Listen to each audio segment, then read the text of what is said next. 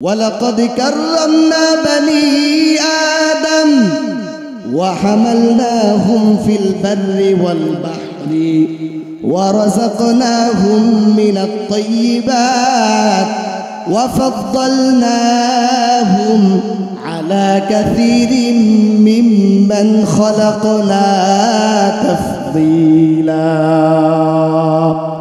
يَا أَيُّهَا الَّذِينَ آمَنُوا اتَّقُوا اللَّهَ হে ঈমানদারেরা তোমরা আল্লাহকে ভয় করো ওয়ালতানজুর নাফসুম মা কদ্দামাত লিগাদ পরের অংশে আল্লাহ বলেন যে প্রত্যেকটা মানুষের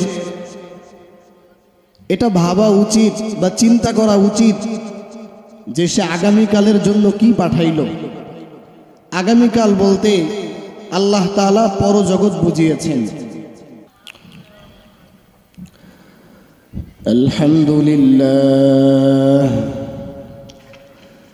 আলহামদুলিল্লাহিল্লাযী জাআলাশ শামসা ওয়াল কমারা বিহুসবান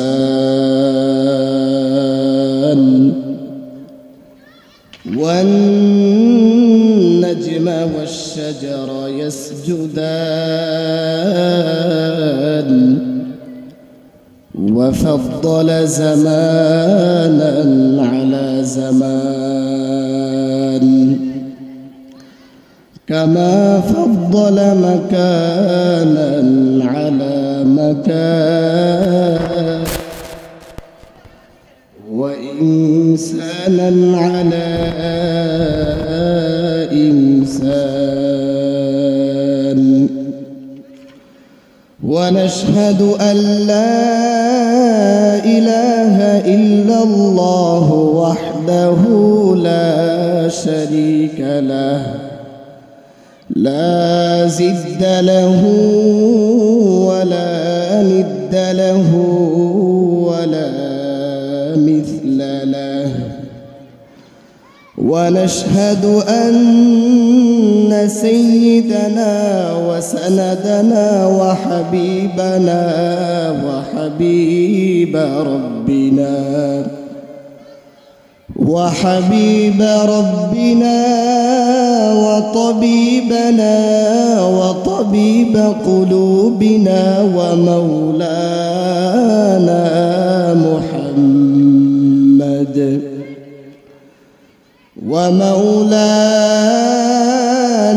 محمدا عبده ورسوله صلى الله تعالى عليه وعلى آله وأصحابه وبارك وسلم تسليما كثيرا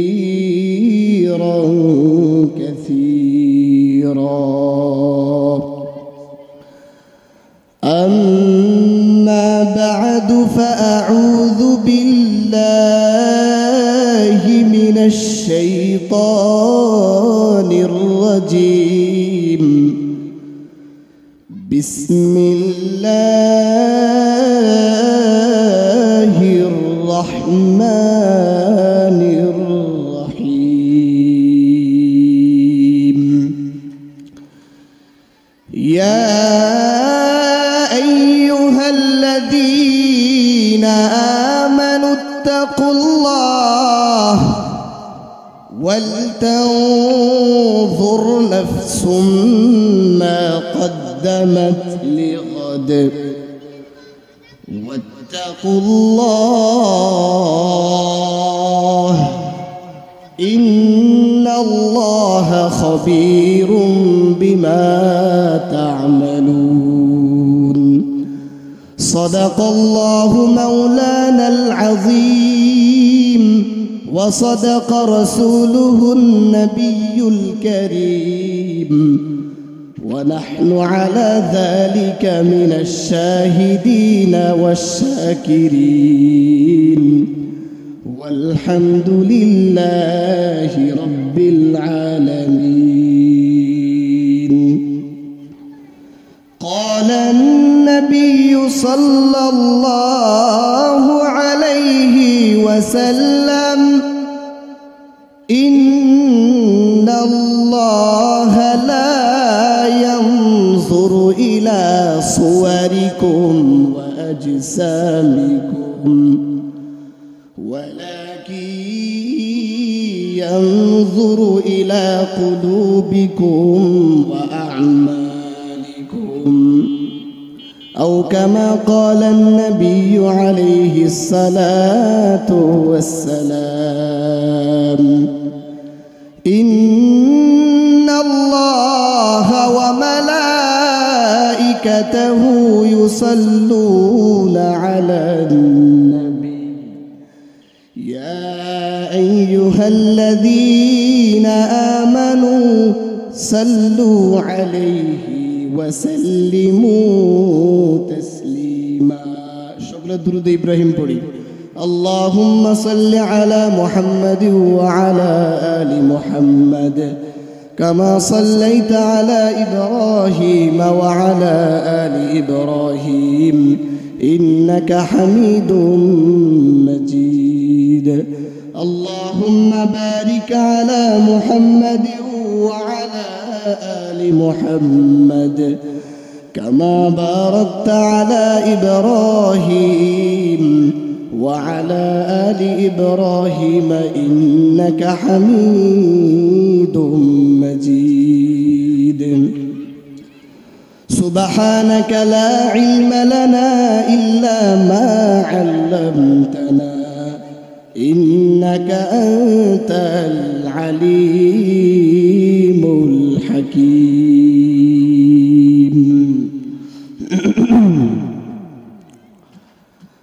الحمد لله الله جل جلاله দরবারে আলিশান শুকর ও সুজুদ যে আল্লাহ পাক রব্বুল আলামিন আমাদের সকলকে দয়া করে মায়া করে মহব্বত করে ভালোবেসে এই দ্বীনি মাহফিল কোরআনের মাহফিল উলামা ইকরামের মজলিসে আসার বসার কিছু কথা বলার এবং শোনার তৌফিক দান করলেন। এই জন্য আমরা সকলেই দিল থেকে জবান খুলে মুসলমানের আওয়াজে একবার বলি আলহামদুলিল্লাহ।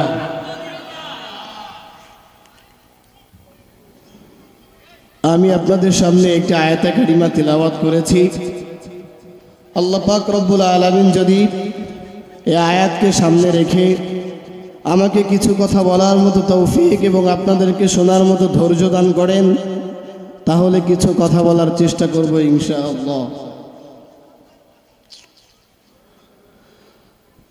আল্লাহ তাআলা কোরআনে বলেছেন ইয়া আইয়ুহাল্লাযীনা আমানুত্তাকুল্লাহ, হে ঈমানদারেরা তোমরা আল্লাহকে ভয় করো। ওয়াল তানজুর নাফসুম মা কদ্দামাত লিগাদ, পরের অংশে আল্লাহ বলেন যে প্রত্যেকটা মানুষের এটা ভাবা উচিত বা চিন্তা করা উচিত যে সে আগামীকালের জন্য কি পাঠাইল।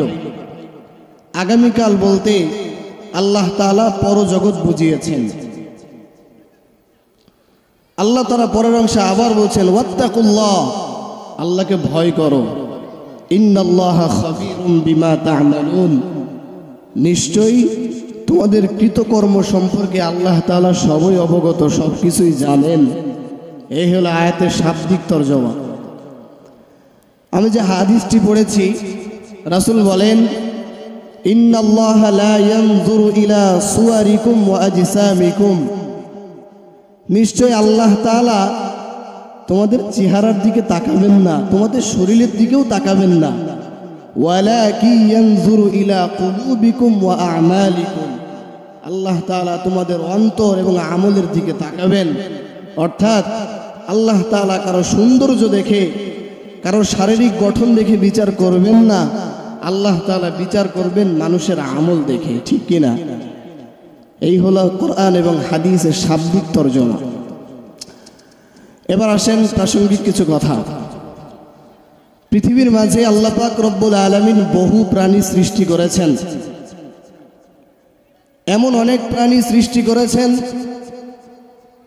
যেই প্রাণী আমরা কোনোদিন দেখিও নাই। আবার এমন প্রাণী আছে যেই প্রাণী আমরা দেখেছি, আমাদের সামনে যায়, কিন্তু আমরা নাম বলতে পারি না। আসেনি? আছে। তা আল্লাহ তাআলা এই গোটা দুনিয়াতে কত মাখলুকাত যে সৃষ্টি করেছেন, এটা একমাত্র আল্লাহ পাক রব্বুল আলামিনই জানেন। তা আল্লাহ পাক রব্বুল আলামিন যত মাখলুকাত সৃষ্টি করেছেন, এই মাখলুকাতের মধ্যে একটি জাতি হলো মানুষ। এরাও হলো এক প্রকার মাখলুকাত। পৃথিবীর মধ্যে যত মাখলুকাত, যত সৃষ্টি আল্লাহ তাআলা করেছেন, সবচাইতে শ্রেষ্ঠত্ব দান করেছেন মানুষকে। সুবহানাল্লাহ। আল্লাহ তাআলা এটা কোরআনে বলেও দিয়েছেন, আমি আসছি সেখানে। আল্লাহ তাআলা একদিকে বলেছেন মানুষ শ্রেষ্ঠ, আর একদিকে আল্লাহ তাআলা বলেছেন পৃথিবীর মাঝে যত প্রাণী আছে সবচাইতে আমি আল্লাহ তাআলা মানুষকে দুর্বল করে সৃষ্টি করেছি। কি করে সৃষ্টি করছেন ভাই? এটা আমার মন গড়া কথা না, আল্লাহ কোরআনেই বলছেন, ওয়া খুলিকাল ইনসানু দাঈফা।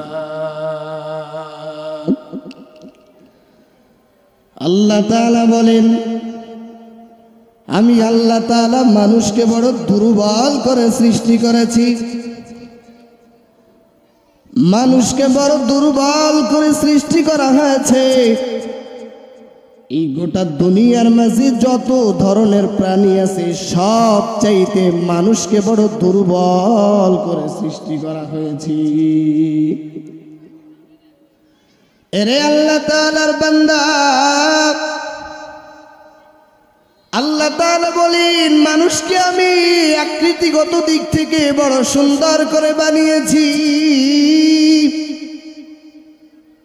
লাকাদ খালাকনাল ইনসানা ফি আহসানি তাকওয়িম। আল্লাহ তাআলা বলেন আকৃতিগত দিক থেকে মানুষ বড় সুন্দর।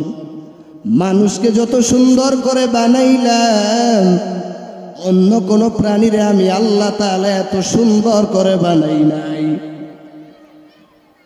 কিন্তু আল্লাহ তাআলা বলেছেন মানুষকে আমি সুন্দর করে তৈরি করেছি, কিন্তু আবার মানুষকে পৃথিবীর মাঝে যত মাখলুকাত আছে সব চাইতে মানুষকে দুর্বল করে সৃষ্টি করেছি। খাবারের বিবেচনায় মানুষ বড় দুর্বল, শক্তির বিবেচনায়ও মানুষ বড় দুর্বল, জন্মগত সময় থেকেই মানুষ বড় দুর্বল।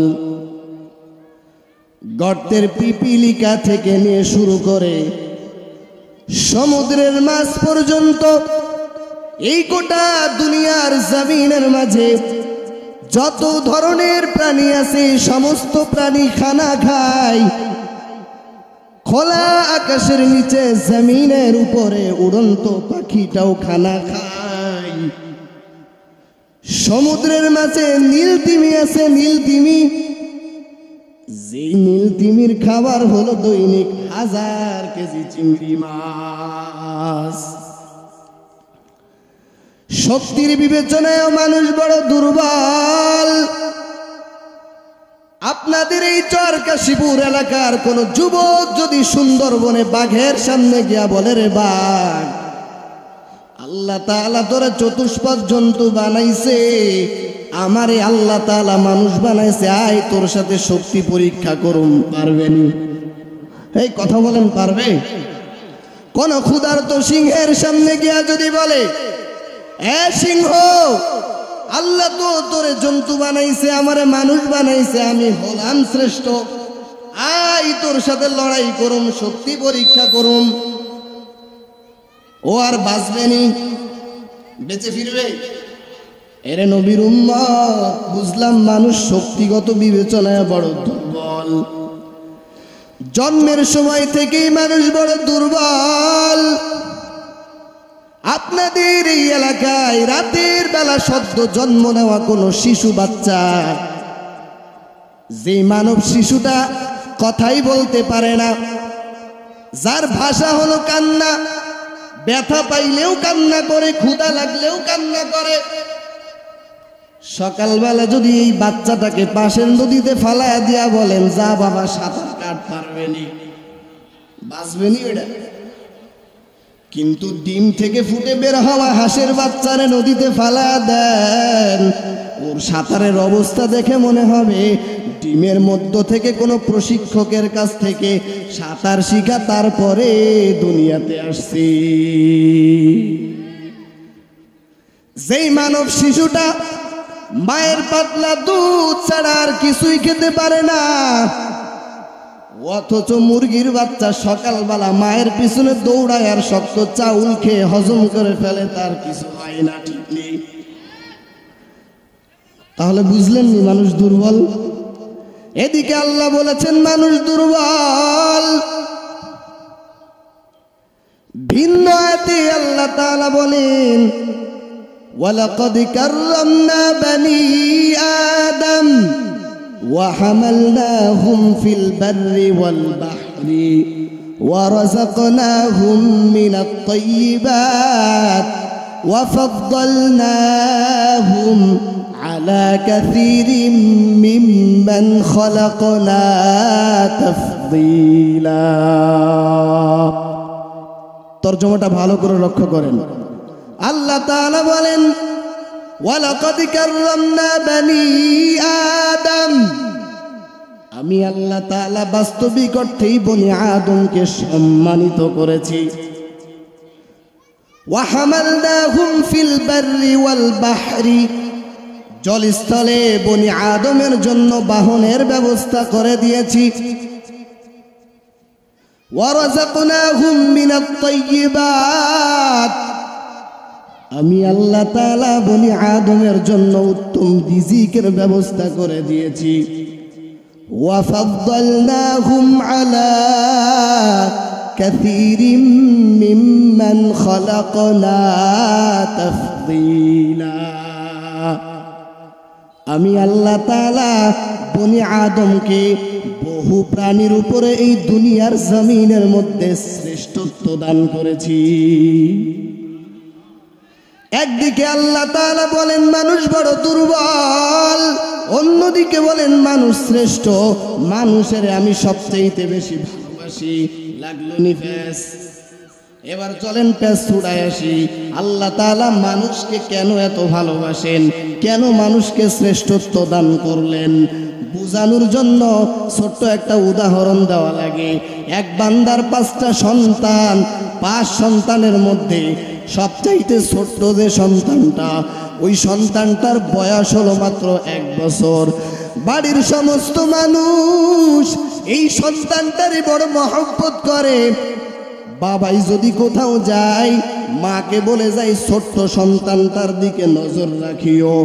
মা যদি কোথাও যায়, বাবাকে বলে যায় ছোট্ট বাচ্চাটার দিকে নজর রাখিও।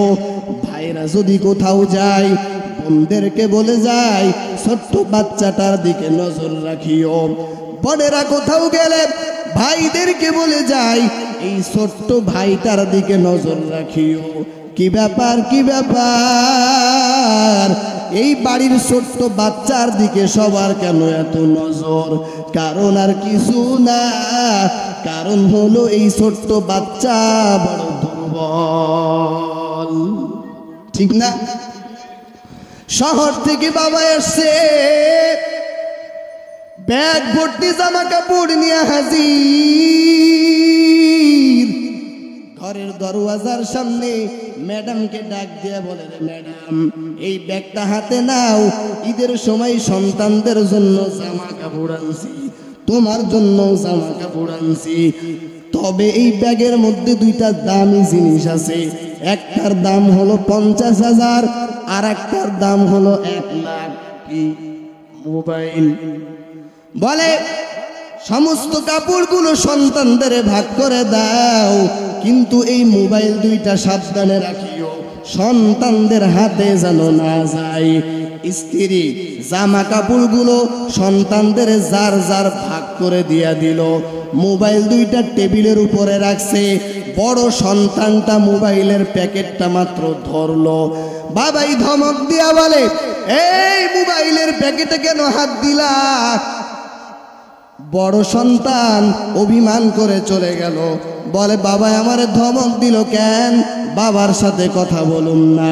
কিছুক্ষণ পরে বাবাই ওয়াশরুমে চলে গেল, মা কাজে ব্যস্ত হয়ে গেল। বাড়ির ছোট্ট সন্তানটা মোবাইলের প্যাকেটটারে টেবিল থেকে নামাইলো, আস্তে আস্তে প্যাকেটটারে খুললো। পাশে ছিল পানি ভরা বালতি, বালতির মধ্যে কিছুক্ষণ গোসল করাইলো। বাবা বাথরুম থেকে বের হইয়া দেখে মোবাইলের কাম সারা। বাবাই সন্তানের দিকে একটা চোখ গরম দিছে, সন্তানটা দিকে ভয় পায় কান্না করে দিছে। বাবাই দুই হাত বাড়া কয় আয় বাবা আয় কোলে আয়, তোমারে কিছু বলি নাই। যেখানে বড় সন্তানটা মোবাইলের প্যাকেটটা হাত দেওয়ার কারণে বাবাই তার ধমক দিয়া পাঠায় দিল, আর ছোট সন্তান মোবাইল নষ্ট করে ফেলল। এরপরেও বাবা কিছু বলে না। কারণটা কি? কারণ হইল ছোট্ট সন্তান বড় দুর্বল। ঠিক না?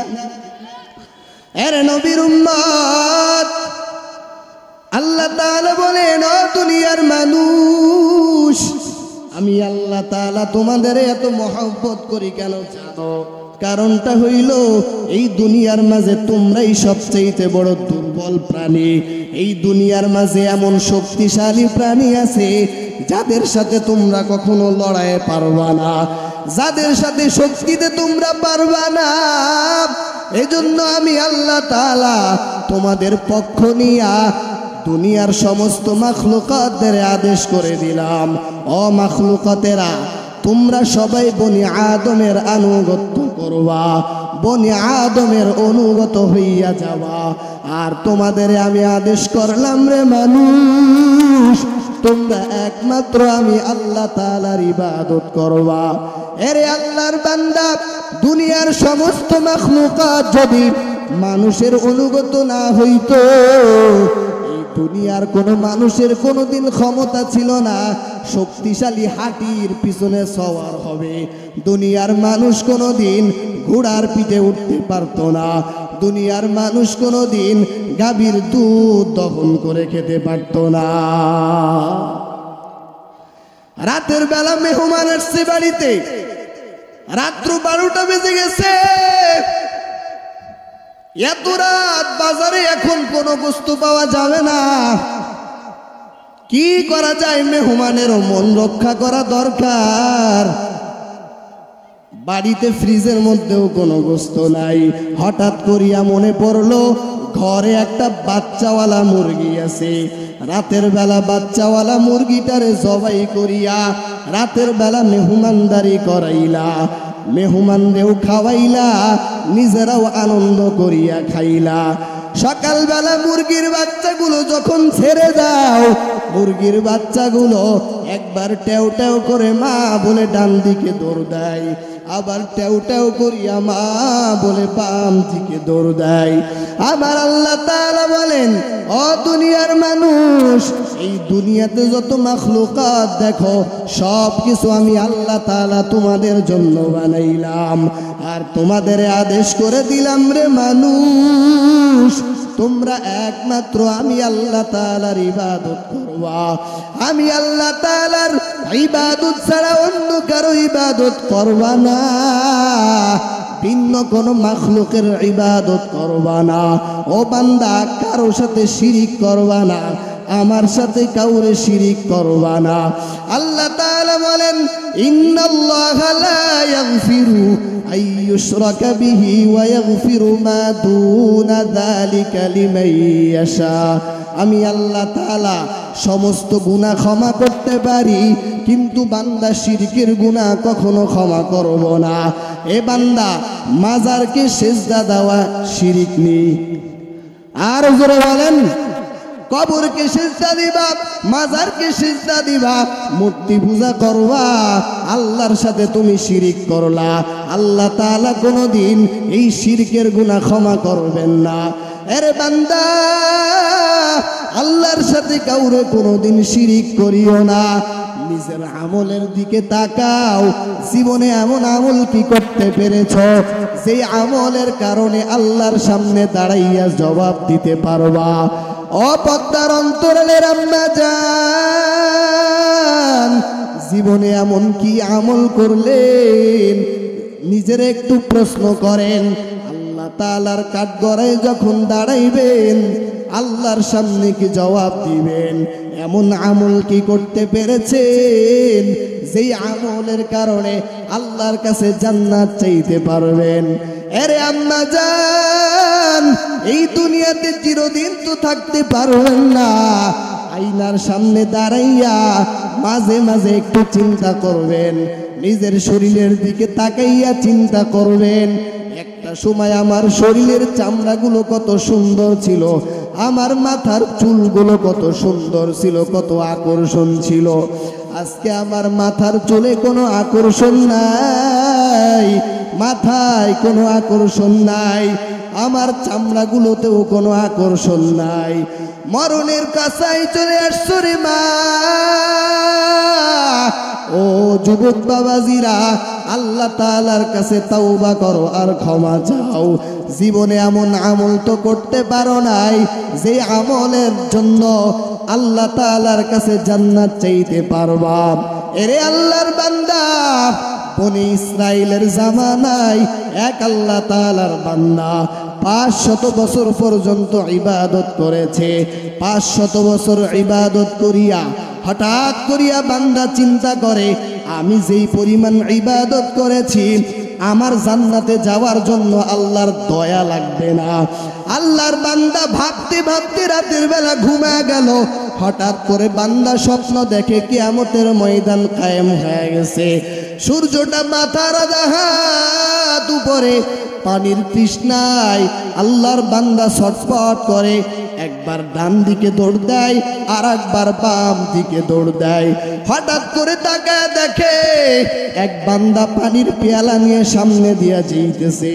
ডাক দিয়ে বলে, ও পানিওয়ালা ভাই, পানির তৃষ্ণার যন্ত্রণায় আর থাকতে পারলাম না রে ভাই, আমার এক গ্লাস পানি দাও, আমি একটু পানি পান করে আমার তৃষ্ণা নিবারণ করি।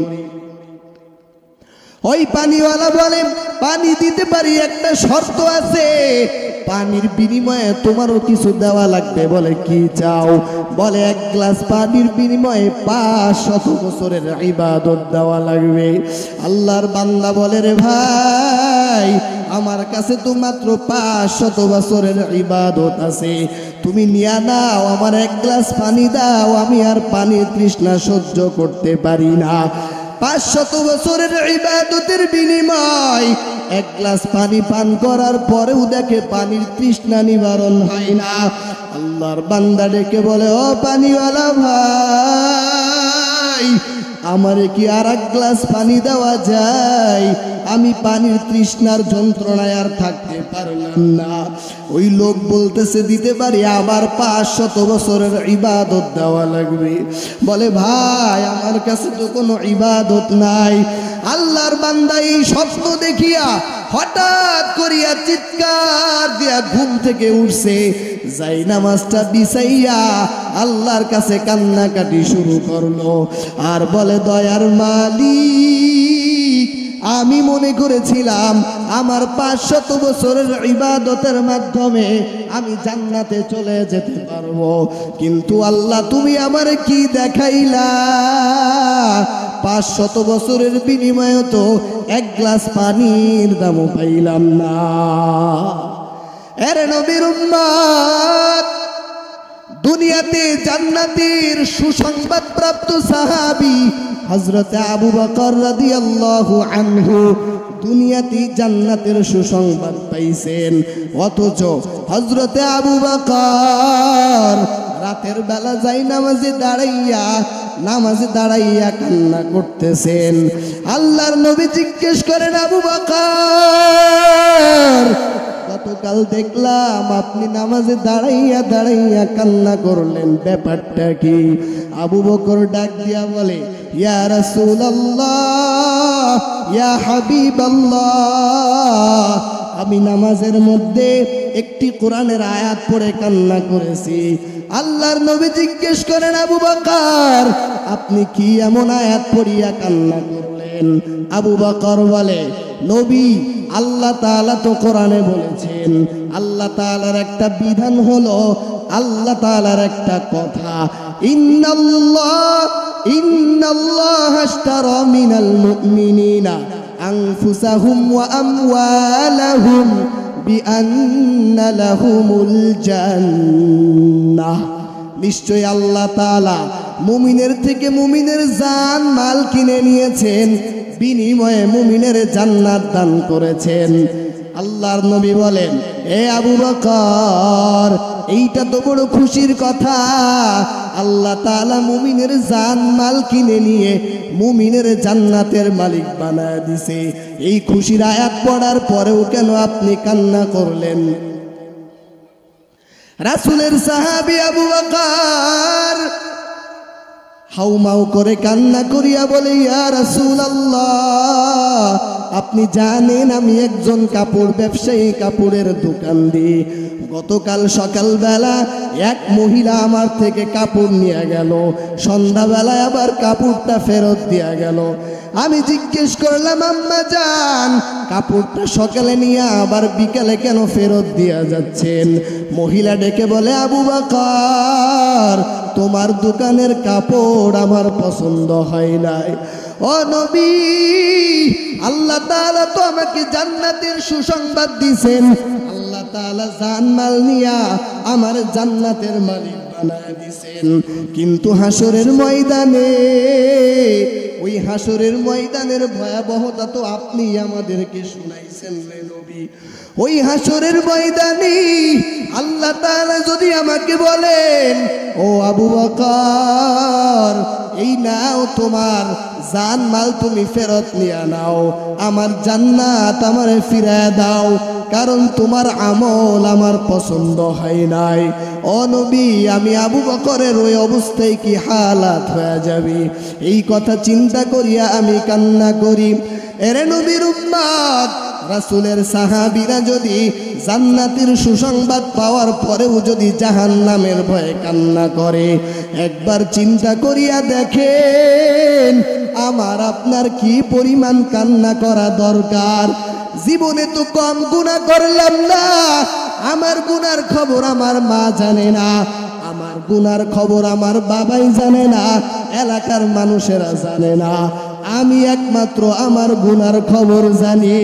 আল্লাহ তাআলা যদি হাসরের ময়দানে গুনার কারণে আমারে পাকড়াও করেন, ও বান্দা আমার কি হালাত হয়ে যাবে? একবারও কি চিন্তা করেছেন?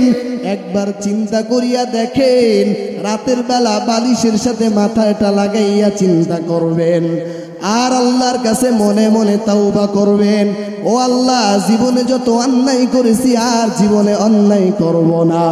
আমার আল্লাহ তাআলা হলেন রহমান, আমার আল্লাহ তাআলা হলেন রহিম, আমার আল্লাহ তাআলা বান্দাকে ক্ষমা করার জন্য পথ খুঁজেন। ছোট্ট একটা পথ পাইছেন তো আল্লাহ বান্দাকে মাফ করে দিবেন।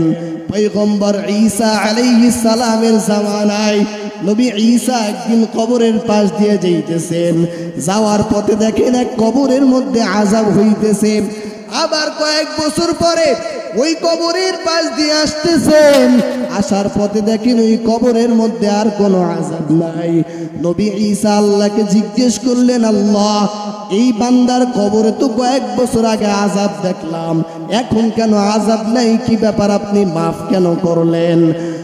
আল্লাহ তাআলা বলেন, ও পয়গম্বর ঈসা এই বান্দা দুনিয়ার থেকে যখন বিদায় নিয়ে আসছে, তার স্ত্রীর গর্ভে একটা সন্তান রেখে আসছিল। ওই সন্তানটা যখন আস্তে আস্তে বড় হয়, যখন কথা বলা শিখছে, মা প্রথমেই তাকে মাদ্রাসায় ভর্তি করেছে। ওই সন্তানটাকে উস্তাদ যখন বিসমিল্লাহির রহমানির রহিম শিখাইলো, ওই সন্তান যখন আমাকে রহমান বলিয়া ডাক দেয়, ওই সন্তান যখন আমাকে রহিম বলিয়া ডাক দেয়, যেই সন্তান আমাকে দয়ালু বলে, ও ঈসা বলো আমি আল্লাহ তাআলা ওই সন্তানের বাবার কবরে কেমনে আযাব দিই।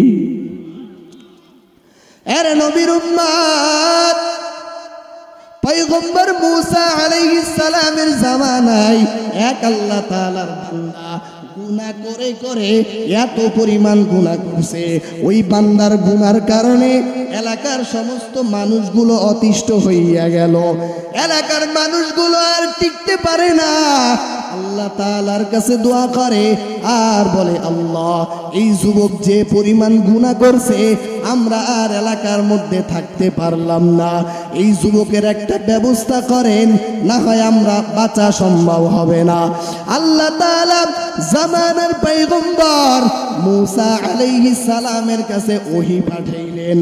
ওহী পাঠাইয়া বললেন, ও নবী মূসা, অমুক এলাকায় গিয়া দেখেন এক বান্দা, এক যুবক এত পরিমাণ গুনাহ করছে, যার গুনার কারণে এলাকার সমস্ত মানুষগুলো অতিষ্ঠ হইয়া গেছে।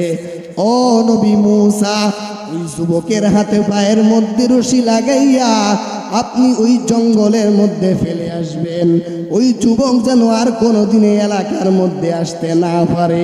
নবী মূসা আল্লাহ তাআলার অর্ডার ভাইয়া যুবকের হাতে পায়ের মধ্যে রশি লাগাইয়া যুবকের জঙ্গলার কিনারে ফেলে আসলো।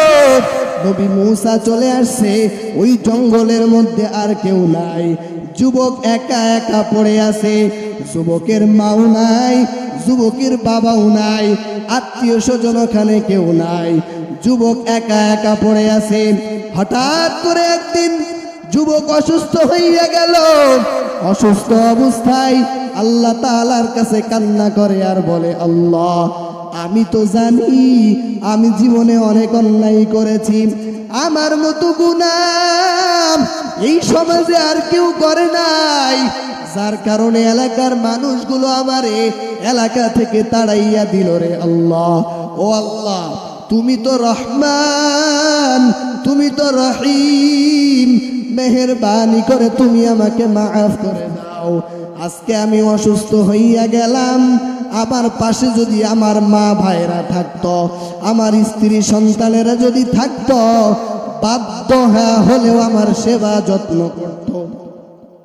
আল্লাহ তাআলা যুবকের দোয়াটা কবুল করেছেন। দুজন ফেরেশতারে, একজনের যুবকের বাবার রূপ দিয়া আর একজনের যুবকের মায়ের রূপ দিয়া যুবকের কাছে পাঠাইল। ওই মা বাবার রূপী ফেরেশতা যুবকের সেবা যত্ন করে আর আল্লাহ তাআলার কাছে দোয়া করে বলে, ও দয়ার মালিক, আমার সন্তান জীবনে অনেক অন্যায় করেছে, আমার সন্তান পাপ করেছে, আমার সন্তান এমন গুনাহ করেছে যেই গুনাহ তো ক্ষমার যোগ্য না, কিন্তু আপনি তো রহিম, আপনি তো রহমান, আপনি যদি চান সব কিছুই তো আপনি ক্ষমা করে দিতে পারেন। ও আল্লাহ, আপনি যদি কোন বলেন তাহলেই তো সব কিছু হইয়া যায়, আপনি দয়া করে আমার সন্তানের মাফ করে দেন।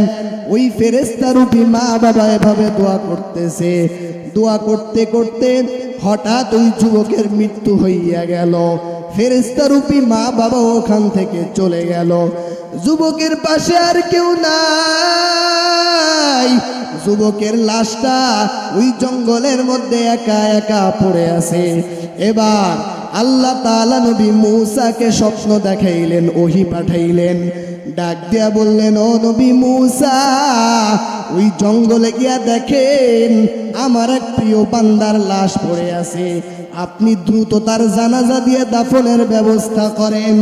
নবী মূসা ওই জঙ্গলের মধ্যে গিয়া দেখেন যেই যুবকরে আল্লাহ তাআলা কয়েকদিন আগে নিকৃষ্ট বলেছে, গুনাহগার বলেছে, আবার আল্লাহ তাআলা বলছে এই যুবক নাকি আল্লাহ তাআলার বড় প্রিয় বান্দা।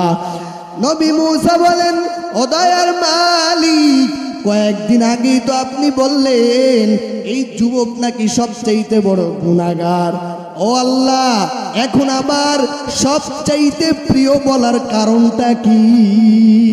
আল্লাহ তাআলা বলেন, ও নবী মূসা, আমার বান্দা অন্যায় করেছে ঠিক আছে, তবে আমার বান্দা তাওবা করে যখন আমাকে বলেছে, ও দয়ার মালিক আমি গুনাহগার, আপনি মেহেরবানি করে আমাকে মাফ করে দেন, আমি আমার বান্দার ক্ষমা চায়া দেখিয়া, আমার বান্দার চোখের পানি দেখিয়া আমার বান্দার জীবনের সব গুনাহ খাতাগুলো মাফ করে দিছি।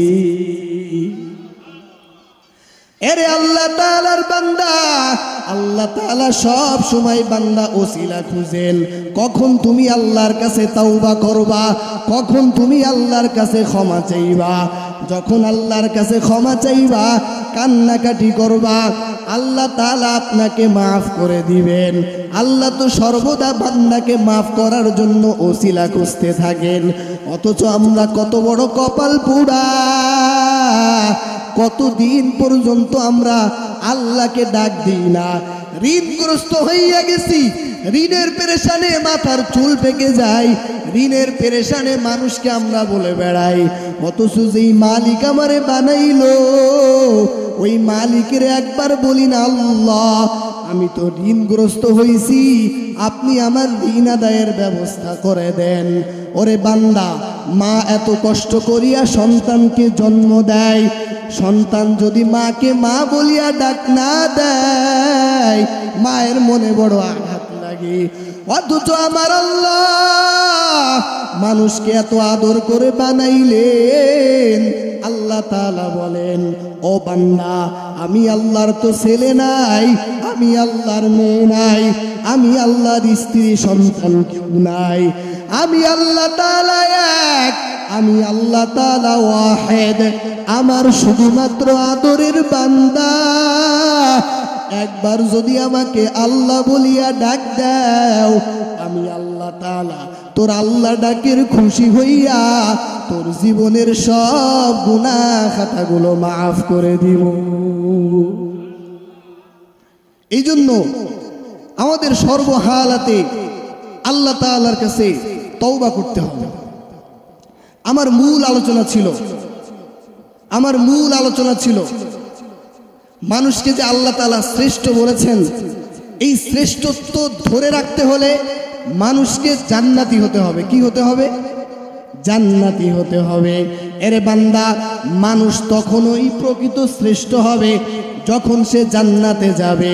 আব্দুল কাদের জিলানী রাহমাতুল্লাহি আলাইহি কুকুরকে মাঝে মাঝে দেখা বলতেন, এরে কুকুর, আল্লাহ তাআলা তো তোরে প্রাণী বানাইছে, আমারে আল্লাহ তাআলা মানুষ বানাইছে, আমি হলাম শ্রেষ্ঠ মাখলুকাত, তবে আমার শ্রেষ্ঠত্ব ততক্ষণ থাকবে যদি আল্লাহ তাআলা আমারে জান্নাতে দেয়, আমি যদি জান্নাতি বান্দা হইতে পারি। কিন্তু রে কুকুর, আল্লাহ তাআলা যদি আমাকে জাহান্নামে দেয়, আমি যদি জাহান্নামী বান্দা হই, তাহলে আমি হয়ে যাব সবচেয়ে নিকৃষ্ট। এরে আল্লাহ তাআলার বান্দা, এই জন্য সর্বহালাতে আল্লাহ তাআলার কাছে তওবা করা লাগবে, আল্লাহ তাআলার কাছে দোয়া করা লাগবে। যত প্রকার পেরেশানি আছে, যত প্রকার চিন্তা আছে, যত প্রকার সমস্যা আছে, সেটা দুনিয়াবি সমস্যা হোক, সেটা আখিরাতের সমস্যা, কার কাছে চাইতে হবে? আর জোরে বলেন। সব সমস্যা তুমি আল্লাহর কাছে চাও। আল্লাহর কাছে যদি চাও, আল্লাহ তাআলা তোমার সমস্যা এমন ভাবে নিরসন করে দিবেন, ও বান্দা তুমি কখনো চিন্তাও করতে পারবা না। কিন্তু যদি আল্লাহর কাছে ক্ষমা না চাও, যদি গুনাহ নিয়ে যদি কবরে যাও, ওই কবরের আযাব কিন্তু সহ্য করতে পারবা না।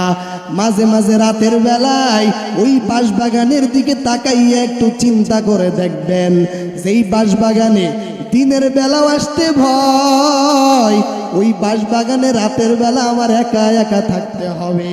আমার যদি কোনো ভয় লাগে, আমি আমার মাকে ডাক দিই, আমার বাবাকে ডাক দিই, অথচ কবরে আমাকে একা একা ফালায় আসবে, কেউ কোনোদিন খবর নিতেও যাবে না। এজন্য জীবনে আমল করেন, ওই আমলটাই কিন্তু আপনার সঙ্গী হবে, ওই আমলটাই কিন্তু আপনাকে কবরে সাহায্য করবে। আল্লাহ তাআলা কোরআনে এটাই বলেছেন, ওয়াল তানজুর নাফসুম মা কদ্দামাত লিগাদ। প্রত্যেকের ভাবা উচিত যে আগামীকালের জন্য বান্দা তুমি কি পাঠাইলা, আগামীকালের জন্য বান্দা তুমি কি পাঠাইলা, কবর জীবনের জন্য তুমি কি পাঠাইলা। দুনিয়াতে থাকার জন্য বিল্ডিং বানাও, দুনিয়াতে থাকার জন্য জমি কিনো, আখিরাতে থাকার জন্য তো ভালো একটা ঘর প্রয়োজন, ভালো খাবারের প্রয়োজন। আখিরাতের জন্য কি করেছো?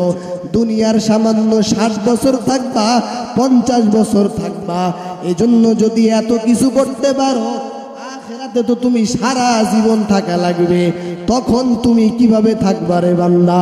এজন্য সর্বহালাতে আমলের গতি বাড়ায়া দাও আর তওবা ইস্তিগফার করো। আল্লাহ তাআলা বলেছেন, ইয়া আইয়ুহাল্লাযীনা আমানু তুবু ইলাল্লাহি তাওবাতান নাসুহা। হে ঈমানদারেরা, তোমরা আল্লাহ তাআলার কাছে খাঁটি তওবা করো। খাঁটি তওবা করার মাধ্যমে আমার আল্লাহ তাআলা জীবনের সব গুনাহ মাফ করে দিবেন। এই জন্য ভাইজান, মানুষ জীবনে চলার পথে ভুল ত্রুটি তো হয়েই থাকে, গুনাহ হয়েই থাকে মানুষের, কিন্তু আল্লাহর কাছে তাওবা করতে হবে। তাওবা করে তারপরে যদি কবরে যান তাহলে ভালো একটা জায়গা, ভালো একটা ঠিকানা আপনি পাবেন। কিন্তু ভাই, তাওবা করার আগে যদি কবরে যান তাহলে কিন্তু অবস্থা খুব ভয়াবহ।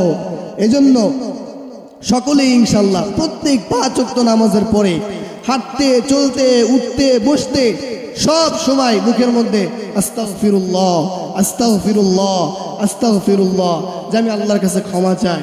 হে আল্লাহ, আপনার কাছে ক্ষমা চাই, আপনি আমাকে মাফ করেন। এই আমলটা ইনশাআল্লাহ জারি রাখেন আজকের আলোচনা থেকে।